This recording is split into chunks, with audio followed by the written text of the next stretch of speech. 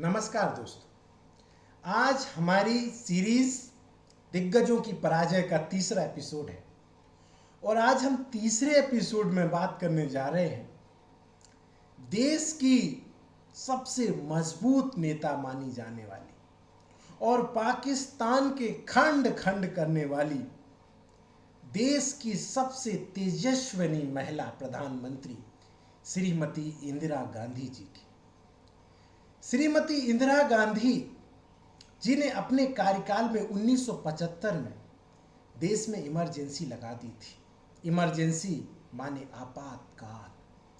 सारे विपक्षी नेताओं को जेल में डाल दिया गया था और तभी 1977 में उनके निजी सचिव पीएन धर ने इंदिरा गांधी को एक जानकारी दी कि अगर अभी चुनाव करा लिए जाएं तो कांग्रेस लगभग 340 सीटें जीत सकती है। इंदिरा गांधी उनकी बातों में आ गई और उन्होंने 1977 में अचानक चुनाव कराने की घोषणा कर दी और 1977 में सारी विपक्षी पार्टियां एक हो गईं।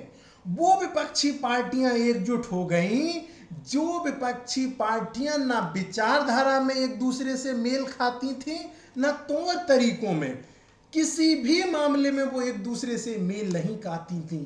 परंतु इंदिरा गांधी को हराने के लिए सारी विपक्षी पार्टियां एक हो गई और उनको एक करने का श्रेय जाता है जेपी को, जिन्हें जयप्रकाश कहा जाता है।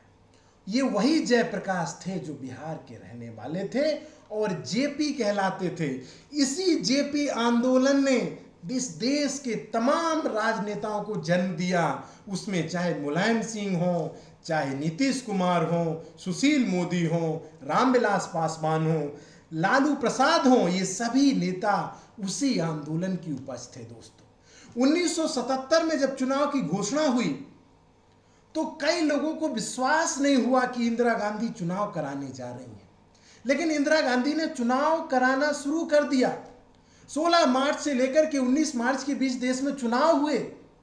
20 मार्च से गणना शुरू हुई और 22 मार्च को लगभग सभी रिजल्ट आ गए। 22 मार्च को जब रिजल्ट आए तो इंदिरा गांधी के सचिव आर के धवन, जिन्होंने एक इंटरव्यू में खुलासा किया कि वो जब चुनाव परिणाम उनके पास आया तो वो उसे लेकर के इंदिरा गांधी के पास पहुंचे, तब इंदिरा गांधी खाना खा रही थी और आर के धवन ने उन्हें बताया कि रायबरेली सीट से वो चुनाव हार चुकी हैं और उन्हें हराया एक मामूली से कार्यकर्ता ने जिसका नाम था राज नारायण। राज नारायण देश में एक बहुत बड़ी हस्ती बन चुके थे क्योंकि उन्होंने इंदिरा गांधी को उस समय तकरीबन 52,000 वोटों से हराया था। बिल्कुल सही दोस्तों, 52,000 वोटों से उन्होंने इंदिरा गांधी को हरा दिया था। इंदिरा गांधी को जहां 1,22,000 के आसपास वोट मिले थे तो वहीं राज नारायण को 1,77,000 के आसपास वोट मिले थे। दोस्तों, उस चुनाव में ये इंदिरा गांधी की एकमात्र पराजय हुई। उनके राजनीतिक करियर में उनकी एकमात्र पराजय हुई और उस समय सिर्फ उनकी पराजय नहीं हुई, पूरे देश में कांग्रेस पार्टी की पराजय हुई। उनके बेटे संजय गांधी अमेठी से चुनाव हार गए और उनकी पार्टी को मात्र 153 सीटें मिली और उनकी पार्टी विपक्ष में बैठने को मजबूर हो गई। हालांकि ठीक 1 साल बाद इंदिरा गांधी ने चिकमंगलूर से उपचुनाव लड़ा और वहां से जीत करके वो संसद पहुंची। हालांकि चिकमंगलूर में भी उनको घेरने की पूरी तैयारी हो गई थी। चिकमंगलूर से भी सारे विपक्षी नेता इंदिरा गांधी को किसी भी तरीके से संसद नहीं पहुंचने देना चाहते थे। तभी वहां पे दोस्तों एक बड़ा इंटरेस्टिंग नारा जो है चिकमंगलूर में लगा करता था उस समय, जो सीट जहां पे इंदिरा गांधी जी जीती थी।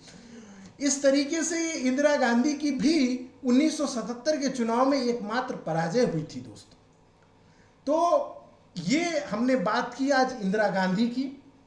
अगले एपिसोड में किसी और हस्ती की पराजय की बात करेंगे। बहुत बहुत धन्यवाद।